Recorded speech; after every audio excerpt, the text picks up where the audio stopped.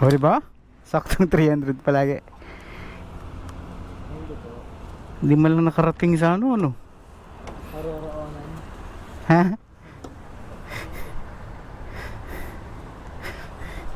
siya muna tayo dito. Well, test naman to kung aandar o kung mag-fail kasi yung C12 bang nakita ko eh. So, tinetesting ko to. Wow! CR tayo. Oh, tapos papatayin natin ulit. So, magandang testing to, diba?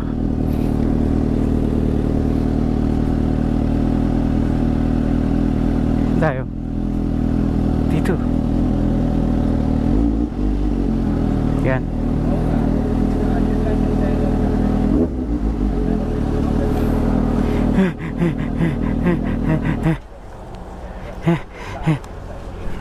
Teka lang.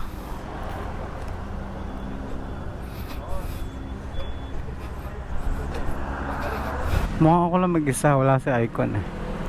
Uy, Icon, pag napanood mo to hintay kita isang oras alis na ako. What boy can't wait, man. You know what I'm saying?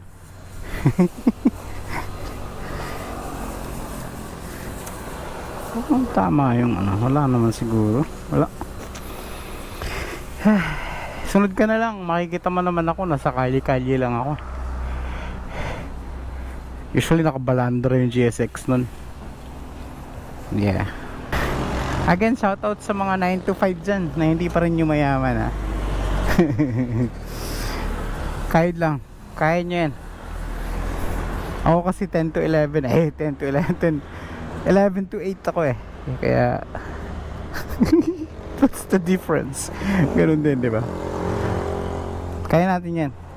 Ipon-ipon lang, diba? But today is our C12 test kasi may C12 to so nilinis ko na yung mga wire dito na lang sa alarm kaya hindi ko pa nagagawa pero try natin baka okay na siya. Yan diba? So normal today. Let's go slowly.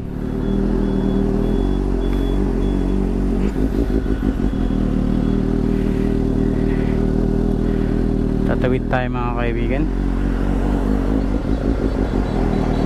Puta.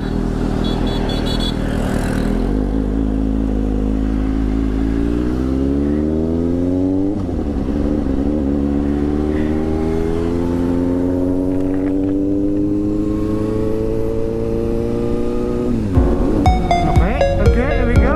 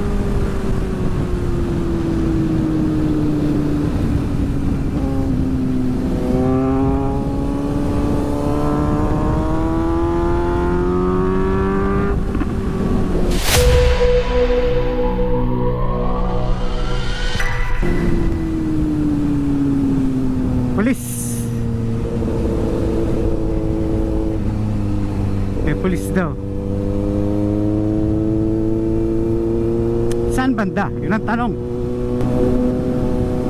Ayan oh. Diba? Pulis yun eh. Oo nga. Shit.